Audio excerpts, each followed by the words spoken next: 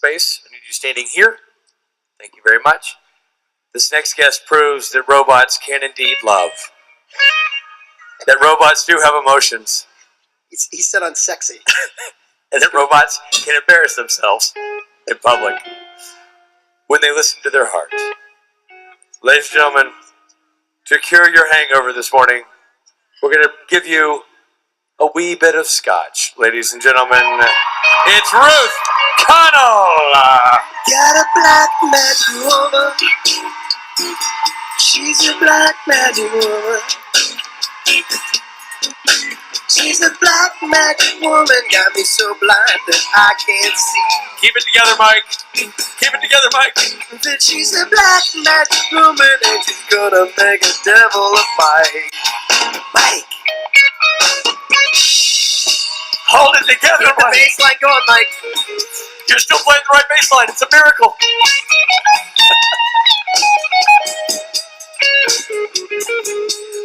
Ooh, yeah. She's a black magic woman and she's gonna make a devil of Mike. Bam.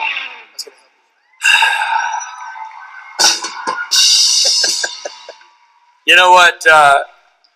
That's the most Mike has ever gone for it. I've never... There was bottom on bottom action, and Mike has never actually played the bass line to that song correctly. So this is a Christmas miracle. There are everybody. wires back here. I will say this is the theme of, if you've never been to a Ruth Connell panel, the theme is shoplifting. Because what... Shoplifting and derangement. Mental derangement today. So, yeah. I'll just leave it at that. Ladies and gentlemen, Ruth Connell.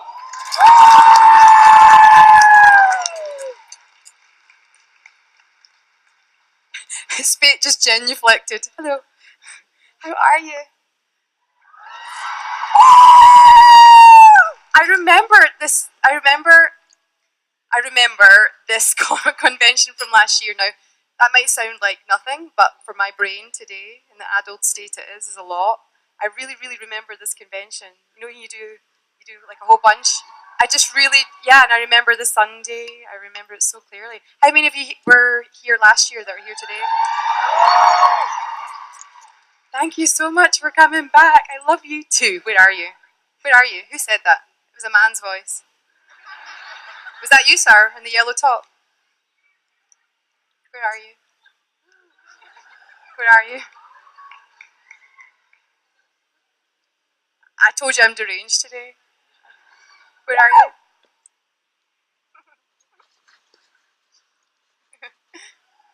you?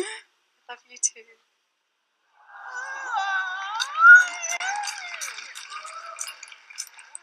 Hi. This is another red.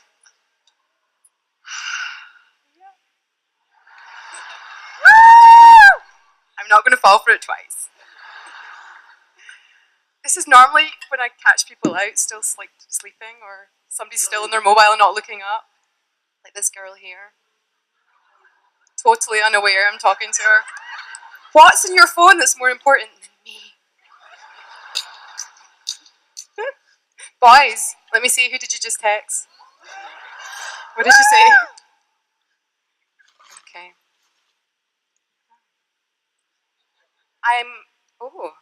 You are a tease. That actually was a bit naughty. Good morning, Phoenix. Woo! Hi, how are you? You look fabulous. I like it. Thank you. I tried. I see what you're doing there. Okay, so I am totally jet lagged off my face. I can hardly string a sentence together. I've just done 5 countries in 4 weeks, so I am so sorry. I am all over the place. Please don't hold it against me. In fact, use it and abuse it. It might turn out to be more fun than normal. Who knows? Nothing's going to make much sense. So, I do have stuff in my bag that may or may not be stolen. I'm actually shaking. Thank you. I need all the love today. So, We love you! thank you. What's this? Dry hair shampoo? No. I've got my Hope chest bracelets with me.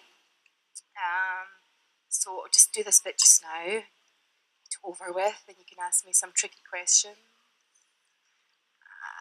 Okay, I bet you I can guess the first question. Anyway, so My Hope Chest is a charity that I support, and I would love you to go to the website, give them a follow on Facebook or Twitter. I support this charity because boobs. In my experience, most people like them. Gay, straight, male, female, cat, hippopotamus. Everyone loves a good boob. And so this charity helps pay for reconstruction for women who don't have the right insurance or can't afford it. And I love the fact that the charity calls it making butterflies. And so for some women it is a big part of the rehabilitation to be able to get a boob job. So yeah, so following on from that, I have with me my V Club pins. Who's done the V Club Mega Mix with me before? You're going to do it again today. And so these V Club pins, I'm going to give anybody that's brave enough to ask me a question My Hope Chest wristband. But these are separate. I'm going to be in the vendor's room signing autographs.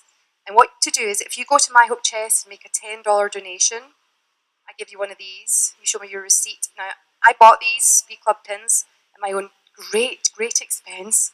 And what I will tell you about it is that 100% goes to the charity. Okay, so that's the cool thing about it. So yeah, so if you want one, come show me your receipt on your phone for the V Club pin and I will give you one. And other than that, let's begin. What's your name? Where are you from? And what do you want? Hi, Ruth. My name's Holly, and I'm proudly from Phoenix.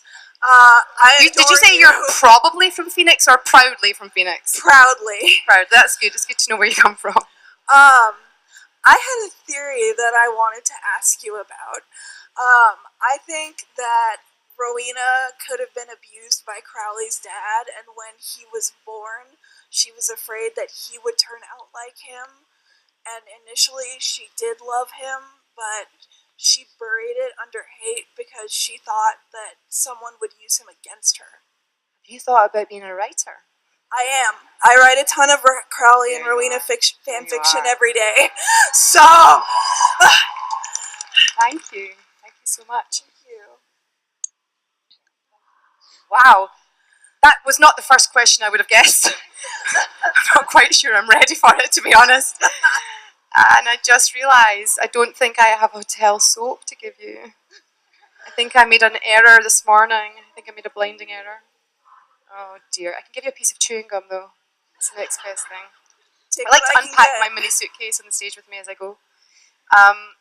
So is it okay to say respectfully no? Is that okay? Yeah. And to tell you why? I think it's possible. I think anything's possible in Supernatural. And I love that. Sorry, that was for you, and I just put it in my mouth. I don't even want chewing gum.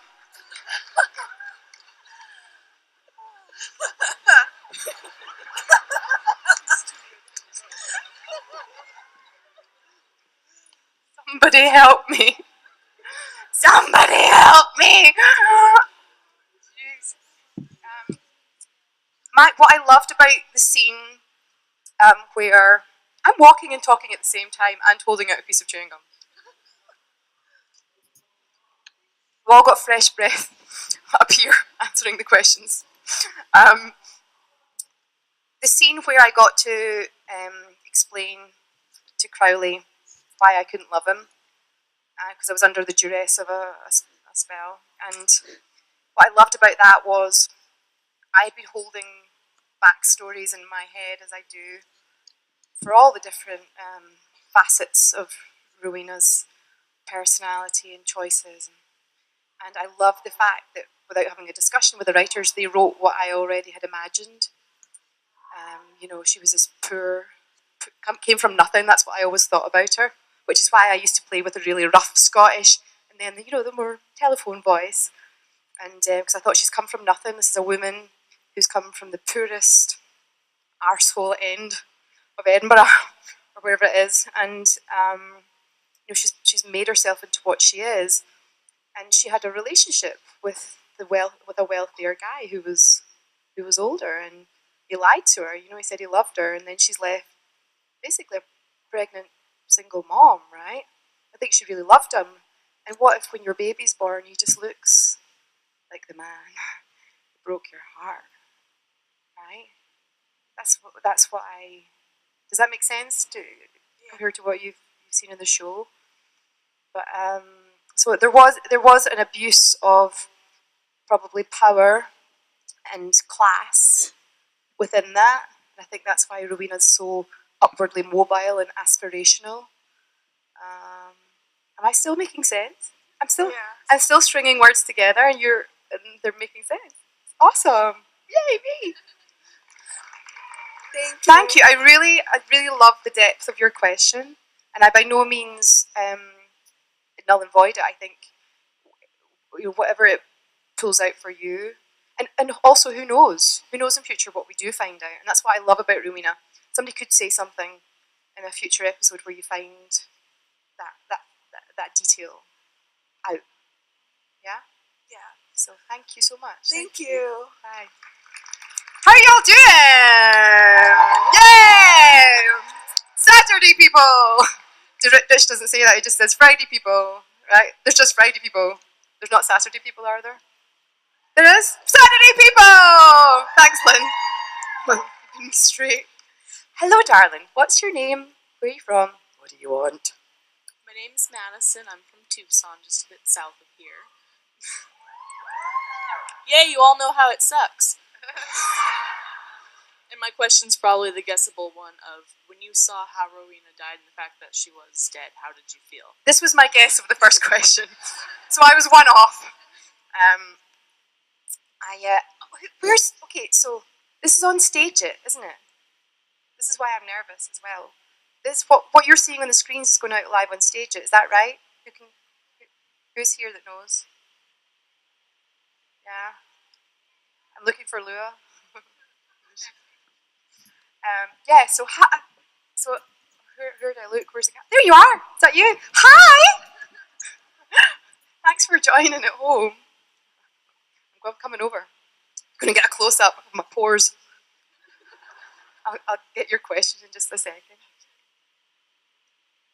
Nice to see you. Hi. I'm going in the right direction. It's really discombobulating. Hi. I'm going to climb over people. Hi. It's really unladylike to climb over.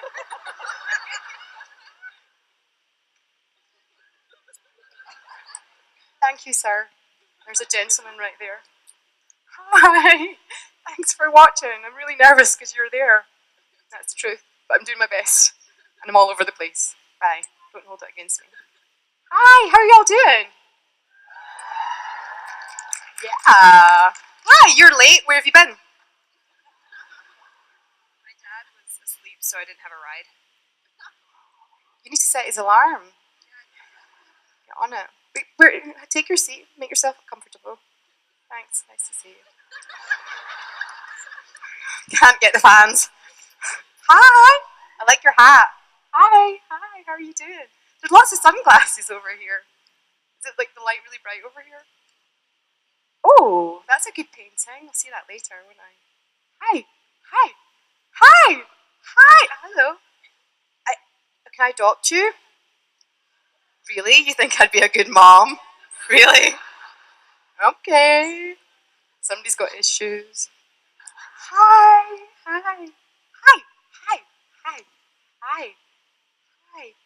How are you doing? Where are you going? Okay. You're allowed. Maybe. Okay. Hi. Don't think you're getting away with it over there. Hi. It's so nice to see you all. Hi. Hi. There she is. Hi, what's your name? Sean. Like Sean Connery. That's a nice name. He doesn't know who it is. I am officially a granny. I'm so very, freaking old. Hi. Love that you said that. Hi. Okay, so you had a question, didn't you? How did I? Can you say it again? When you saw that Rowena died, how did you feel with how she died and like that she died without any goodbye? Okay. Are you all sitting comfortably? Then I'll begin. So, I get the scripts sent to me because I'm a nerd and a geek, and I like to keep the ball, and I'm nosy. And I was given a heads up by some writer friends in the department. I love the writers in our show so much, and like Bob Behrens, we started at the same time. We've gone, on a similar journey within Supernatural, and I love Meredith. I love the Regarding Dean. I love that episode so much. Loved it. And Steve Yockey, and I just did the audio commentary with Brad and Eugenie. And I love Andrew Dabb's episode. I always think he throws like bombs that go poof. That's what he does, doesn't he? Like he's the guy that wrote Rowina's naked in front of a mirror in that episode. God bless him. So I was given a heads up, and there's a lot going on in the finale. When you're even on the page, you're like, God, what? And so then I made a terrible mistake, terrible error in my life, in that I had terrible jet lag from going from here to there. I've got terrible jet lag now coming from there to here. But I stayed up till 3:30 in the morning, live tweeting the final two episodes because I wanted to join in. I wanted to, I really enjoy doing the Thursday, the live tweets. Catherine or Elena and even my friends now watch the show and join in, and I love the social aspect of doing that. And the writers sometimes come along, and so I was in Scotland at 3 in the morning. My mum's asleep upstairs, so I'm trying to be quiet, and so I'm on my own in quite a weird place. I think not with other people watching. Lucifer, Mark Pellegrino, and just be like, no, the witch bitch is dead, and just for it to be, it's just done, right? It's just like she's gone, and I found it really hard, and I thought it was really brutal to see the charcoal remains. I'm trying to make light of it on social media, but I thought it was really brutal. But I actually think in a good way, right? So here's the thing. I'm doing some research, and you don't even need to have done research to know this, but having done more research on witches and just the whole thing, finding out there's almost like a genocide of women centuries ago for being witches, and they were burned at the stake, or they were drowned as easily as he did that. So I kind of love the writing in that it's a true reflection of shit that's gone down for real, right? It was hard to watch it. It felt, I felt quite discombobulated and insecure afterwards. And then I went to Dusseldorf with Kim and Brianna and Rob and Matt and Sebastian and Gil, and I had an amazing time with SPA and family in Germany, and I felt a lot better about my life. So did that answer your question? Yes. And did I give you a wristband? I never gave you a piece of chewing gum though, did I? Would you like some? Sure. Don't chew it this time. Come and get it.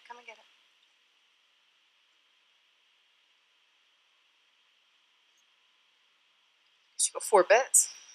She's lucky. She's a lucky lady. Don't say I'm not generous.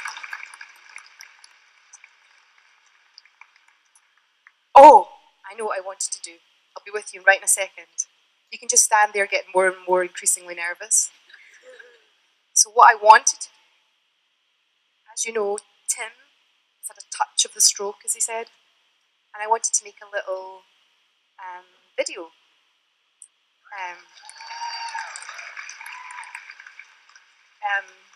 I know, like, Rob and Rich have been in touch with him an awful lot, and I actually, I met him on set very early on, and just liked each other straight away, and then we'd be at conventions together. And he said to me, I didn't have an agent or a manager in LA, and Tim said to me, would you like me to introduce you to my manager?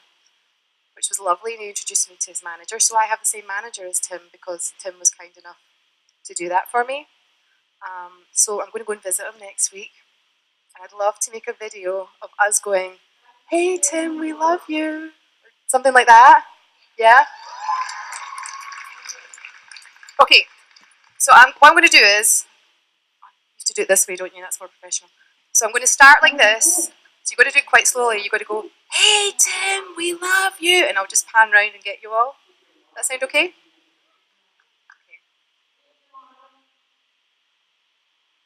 Nobody told me my fringe was a mess.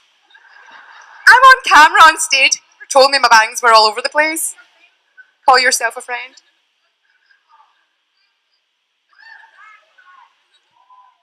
Better, isn't it? Okay, right. Hi Tim, I've got a couple of people who want to say something to you. Hold on. Oh, I can't work it out. Okay, you ready? Oh no! Okay. Why? Can I change screen in the middle of a thing? No, you can't. Well, that's a pain in the bottom. Okay. I know what to do. I'm going to turn my back to you. You can all check my ass out. You're welcome. Okay. Right. Okay. Bear with me. Talk amongst yourselves. No. Okay. Hi, Tim. Got a couple of people who'd like to say something to you.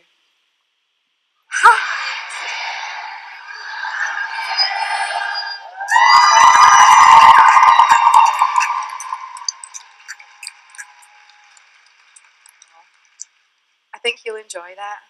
You know, we were thinking about him. Hi. What's your name? Where are you from? What do you want? I'm Victoria and I'm from Mexico City. Cool. What's your accent? And my question is, how do you feel that also your character's son died, and like, do you feel like they should have gotten like a better, like a more important death because they were more important? Me or him? Characters? Both. I don't care about him. Both. Well, so I don't care about him. I do really.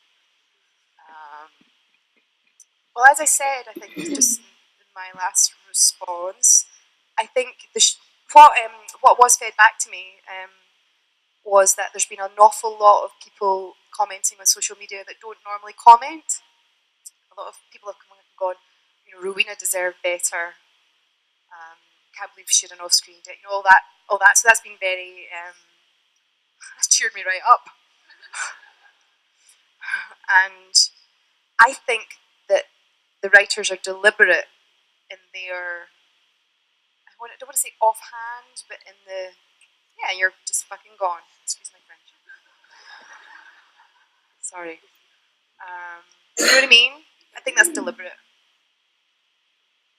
Do you know what I mean? Because that's what they're doing. They're like, and that's what happens in life as well. There's got to be some jeopardy.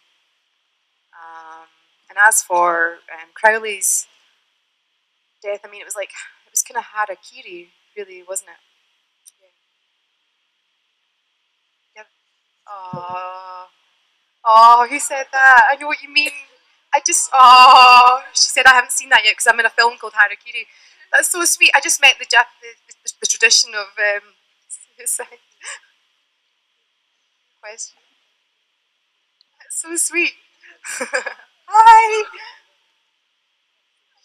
Thank you. Disco ball change, anyone? Yeah. You know you want to. Your question will be next, but first of all, we've got to do the V Club Megamix inauguration belly dance. You ready? Get up. Phoenix, on your feet. Okay, so we made a thing called the V Club, and it's anyone that's pro V. Who knows what V means? Shout it out. Louder. Thank you. It's good to call things by their proper names. And it's anyone who's pro, who likes them, who's come out of one, who would like to have one, who wouldn't mind having one, who just appreciates them for what they are. when you do this, you get inaugurated into the mega coven, whether you like it or not. So Rowena is still building her army. So, and what I do is I like to video and put it on Facebook for 100,000 of your closest friends to laugh at you on. That's the plan, okay? So, we've done this before, right? I know a lot of you guys have done this before. I'm going to make something new up. We don't like change, do we? We're going to start the same at the beginning. So after 3, when I remember to say 1, 2, 3, we go V club, and you squeeze your boobs together, especially the gentlemen. Okay, that's not a V, that's a plant pot. That's a V. And then you do, I don't know what that is. That's just a hilltop. M for mega. So you go V club mega, and you got to say it. You got to give it some punch. You got to say it loud. So you go. Your boobs are working it, darling. They are awesome. Okay, V club mega, and I do like the disco ball change because none of you can do it. Disco ball change. Disco ball change. Right? Do it. I know how to do it. You can't do it. You do it. Disco ball change. Disco ball change. And we're going to give it a way.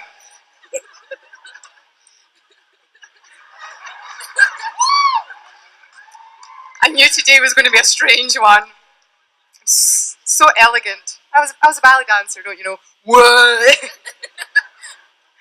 I so can't wait to see you guys doing this. Okay, so let's have a practice run and then I'll video it. Okay, you ready? After 3, 1, 2, 3. V club mega. Disco ball change. Disco ball change. Way. Okay, but that was pathetic. Guys in Vegas got this. You guys need to smarten your act up. I'm going to where to stick my chewing gum. I'm confused. Shh. Oh no. Stick it on my phone. I'm about to use that.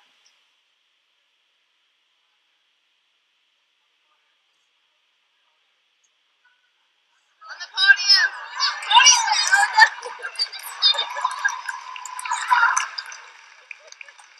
I'm only kidding, I wouldn't do that. I'm not really a vandal. Adam and Gary will kill me. They love those things. Whatever they are.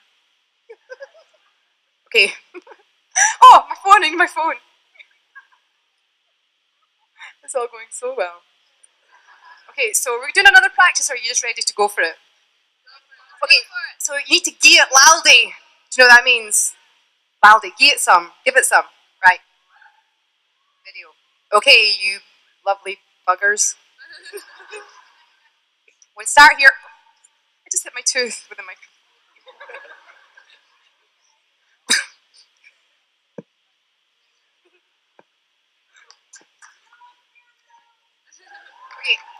Okay. After 3. Okay, we are in Phoenix, Arizona. And even though we're sweating our knees off, we're going to get laldi, aren't we? After 3, 1, 2, 3. V club mega. Disco ball change. Disco ball change. Way! That was good. What do you think of the new choreography? It's inspiring, isn't it?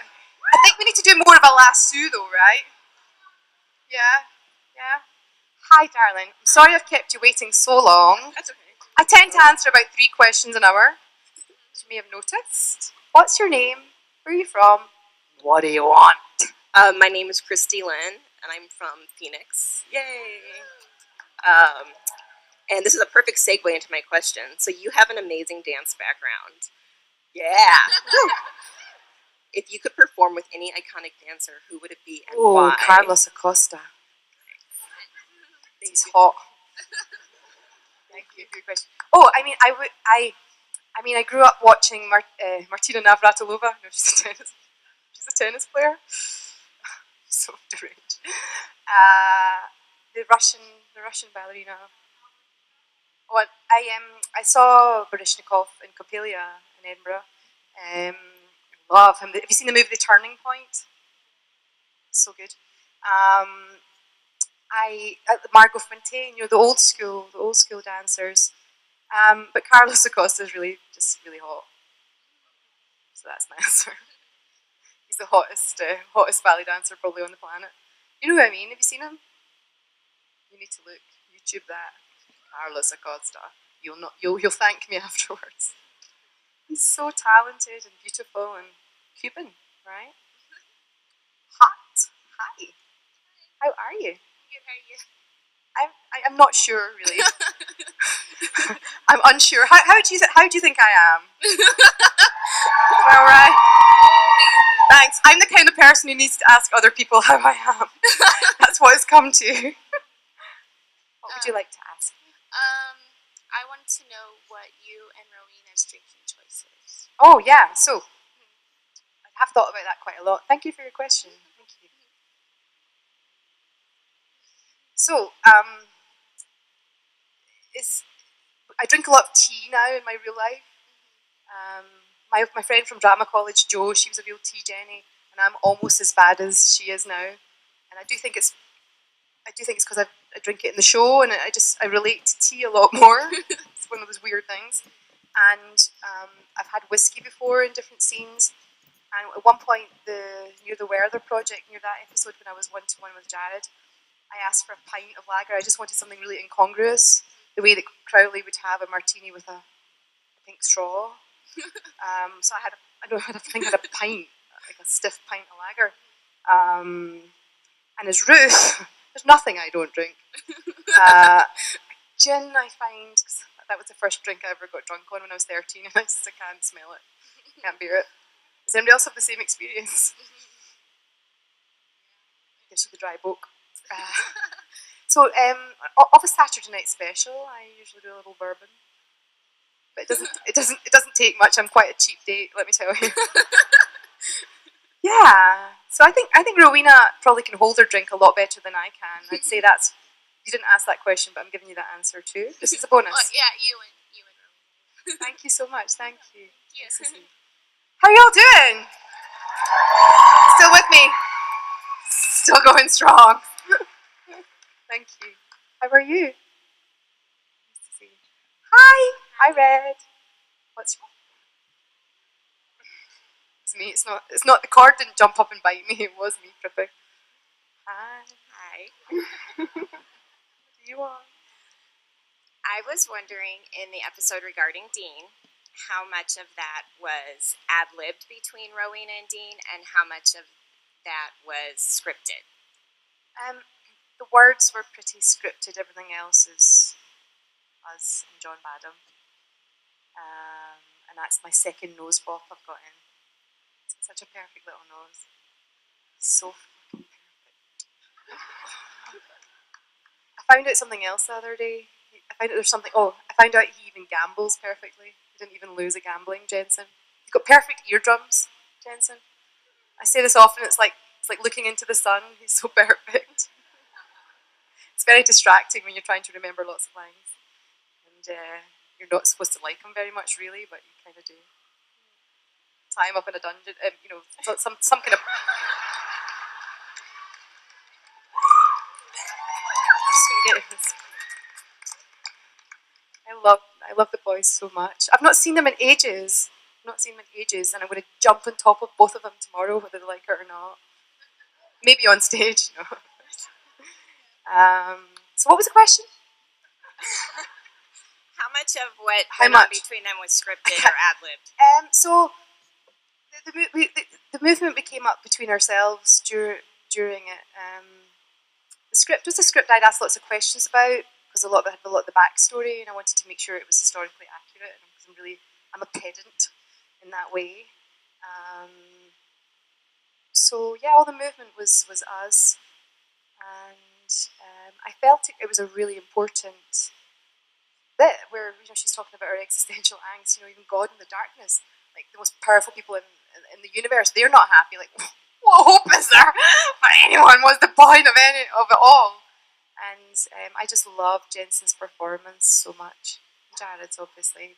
It was a very Jensen-centric episode, and the shot in the mirror when he was looking at himself in the mirror, losing his memory, and he cried a single tear. He's so perfect. Thank you. Nice to see you.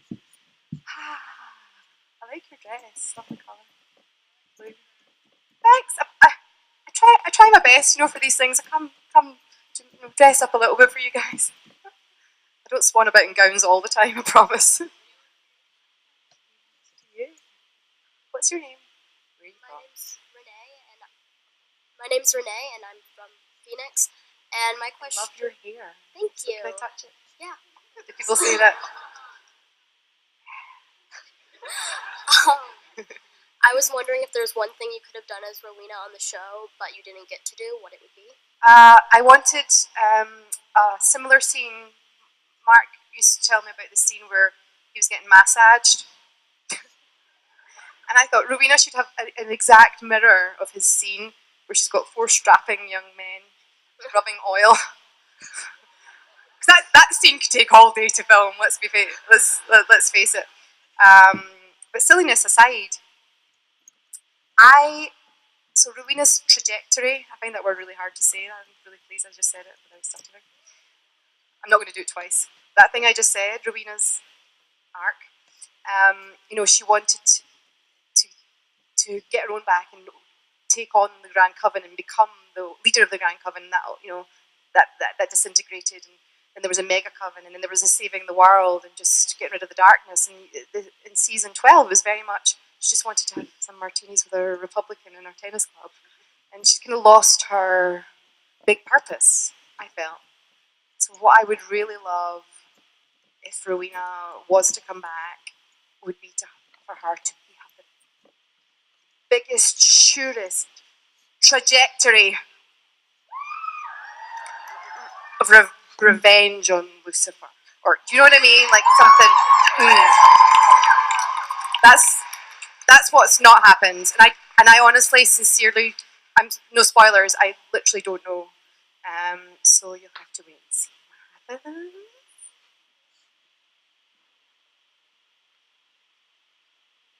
Thank you. Trying to stay awake by skipping. I'm going to have a nap after this. Oh no, I've got to sign autographs. Are you going to come and see me in the vendor's room? Feel lonely there without you. Hello. Hello. My name is Charlotte. I'm from Los Angeles. My you question. come from LA? What? You flew in from LA? No, I drove. How long did it take to drive? Like 7 hours. That's what I guessed. My tooth again. 7 hours? Yeah, it was a long drive. But I've never hit my tooth off a microphone ever before in my life. I've done it twice in the last hour. I think it might be time for me to go soon. Let me get your questions. Okay. Before I just run off the stage and cry. You kind of just touched on. Sorry. You kind of just touched on this and talking about Jensen. But my question is, what were your initial thoughts in meeting both of them, Jensen and Jared? So, my first ever episode, Soul Survivor. I flew up to Vancouver, had a costume fitting, had a whole weekend on my own in Vancouver, and then turned up on set on the Monday, and it was an episode Jensen was directing. It was a very peaceful set, very quiet. He's such a great director. He really is. He keeps the calmest ship so peaceful, and everyone just doing their job. And he's so he's so got it. And he shoots what he needs to shoot. He doesn't overshoot, doesn't undershoot. He's so good. So I'm there, and I'm so nervous. All I have to do is pick up a glass and drink. Blood on my, and I wherever the blood falls, and I have to, pesky dead person on the ceiling that I've killed, and then hit an eye line looking at a fireplace. It took every bit of professional training and decorum that I have in me to do that. I was so nervous. I'd never been on an American TV set before, even though it's in Vancouver, but you know what I mean. And Jensen standing against a wall like this. And I'm come on set. And I walked on set, and I now know it was Moira who does the costume. As I walked on, she walked past me, and she didn't know that I heard her. She said under her breath, "Oh my God, she's so small. So I've got a booster seat on my seat. And Jensen's there and he's like, another red. And I said, yeah, I'm surprised. You know, we're a feisty bunch. I thought they might have asked me to colour it a different colour or something. Anyway, he in between takes, my really difficult scene where I had to pick up a glass and put it back down, you know, so I get paid the big bucks. He spoke to me and he took the time, asked me who I was, where I was from. I told him my journey, my story, and he was really like, "Oh, you got yourself from Scotland to here," and he's just always been the same. And then I met Jared at, I think, just before the 200th party, and I had terrible flu, so I met him and Jen in the supermarket in Vancouver. And I was so like, hello, don't touch me. Because I didn't want to give them the flu, and they were the warmest, kindest people. And so the second time I saw them was at the 200th party. They'd only seen me once before. And it was like I was a long-lost friend. They were just so... And that's why the show is still running, because of how those two gentlemen are, I think.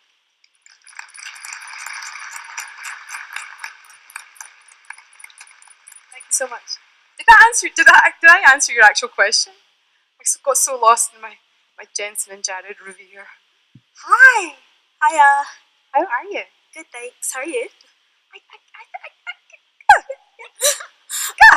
I'm Victoria, and I'm from Daegu, and my question is, when you were here last year, you had a nice little assortment of things you had boosted from various hotel rooms. Stolen. Yeah. Stolen. So I was wondering, what is the best thing you've ever boosted from a hotel room? So, very naughty for asking that question. I like it. I excel in naughty. So at one point in my life, I was getting called Fagin because I was clever enough not to do the stealing, but I would entice drunk friends to do it for me. True stories. True stories. Here, I'll give you this because I can hear them. Can you hear them coming back there? I was in a night out in London, a place called Teatros. They'd probably sue me if they see this. Somebody has to watch and stage it. And there was a beautiful cushion. This is terrible. I'm a terrible person. I can't tell the story. Well, anyway, there was this beautiful cushion, and I thought that would go really well in my lounge, in my living room. So I said to my friend, who has a very responsible position in life, I can't tell you who she is, she'll get into trouble. I really like that cushion for the living room. And on the way out, there was a painting on the wall, and I said to my other friend, that would really match the cushion. And I kid you not, 3 drunk girls at 4 o'clock in the morning. It looked like this. It looked like this. Hold on. I'm just packing my bags while they come. Imagine this stuffed up your jumper. And like a painting. Walked out the front door. And I kid you not, we were going to take them back. We felt so guilty the next day. The painting was hammered to my living room wall at 5 in the morning, all squint, and there's still a hole in the wall. We were going to take it back to Teatros, except in the news, somebody got shot. Somebody literally got shot, and we thought, hope it wasn't because they thought they stole that painting. So anyway, that's one of the worst stories I could ever tell about myself. Thank you for asking. Thank you. So do one more question, Ruth, and then we'll... Okay, I feel a bit shy answering it in front of you guys, though. We're going to judge you. Well, that's what I thought. Turn around. Okay. Turn around, guys. Okay. What's your name? Come on, Nora. Where are you from? And what do you want? Oh! Hi. Hi, I'm Melissa. I'm from Phoenix, and I just wanted to know how has your experience on the side of Supernatural and with the Supernatural family changed your life? Changed my life. It has. You're still facing the back. This is a good game. I like this game. It's totally changed my life. It's turned it upside down, inside out, and roundabout. In all the best ways. I had the worst year of my life in 2013, and then 2014 was the best year of my life because of you guys. And that's my quick answer to that lovely question. I'm going to give you a a wristband. You can turn back round now. Oh. It was really Robot Mike that I felt a bit sheepish in front of. I get a bit nervous around It's all him. part of the ritual, Mike. The courtship, if you will. Okay, he's just a robot. A robot with a fabulous bottom. He does that. I'm glad you noticed, Richard. How could I not? I'm the only human, unlike Mike. Ladies and gentlemen, Ruth, Connell. Got a black magic woman. She's a black magic woman. She's a black magic woman. Got me so blind that I can't see. There she goes. She's a black magic woman and she's gonna make a devil of me and Mike. Do you find it odd that the wonderful handler and volunteer, Catherine, who walks you guys around all the time, is currently manning the camera? Yeah, I thought it was really weird. What does she do? Like, you walk the band on stage and run over and start jamming out with the lens? I find it weird, and it's quite lonely backstage when I've got no one telling me where to go. Never a dull moment, Bobo. Woman works hard. Tonight is an event that we like to throw, during which this band to my left does not become the backdrop, but instead becomes the focus. And they move to the center of the stage and they throw a concert called the Saturday Night Special. I hope you're planning to attend because it's the best thing we do as a collective. We are very, very proud of the evening. We're very proud of the talent of this band. And they only grace us with their presence during the day so they can really rock the house on Saturday night. We appreciate it. We love it. I believe, Robbie, you brought us some CDs and some gear, some shirts. And yes, at 1 o'clock today we're going to be signing CDs out in the merch room. Yeah, so and we saw if you have a CD, we'll sign it for free. Yeah. And yeah. This is not a convention band. This is a rock band that's been playing around the world for 13 years. We're blessed to have them. Gentlemen, do us a favor and play a song, please.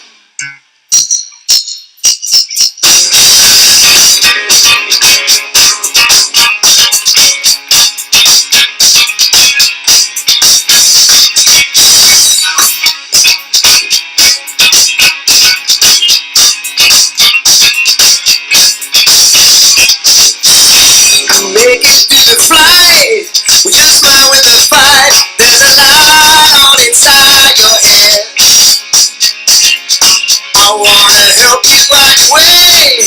It's where I get to say everything's gonna be okay. But I'm in pain, yeah. Every part of you is feeling like a photograph. Got that trigger finger all the time. Dying, it's so to be your epitaph.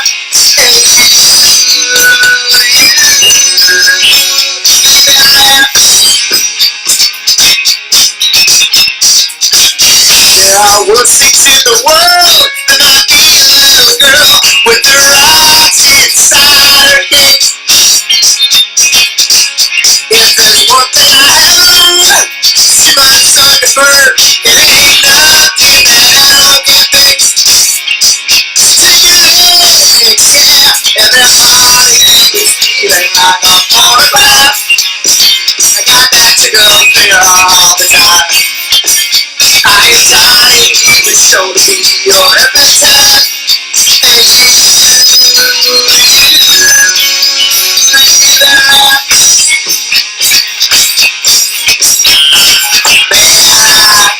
your back to keeping you on track. At least it's not for lack of trying.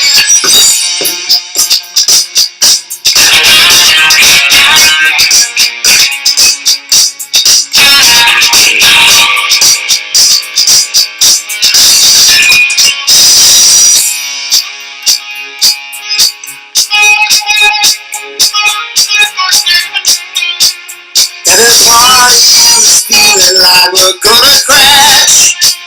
Got that trigger finger all the time.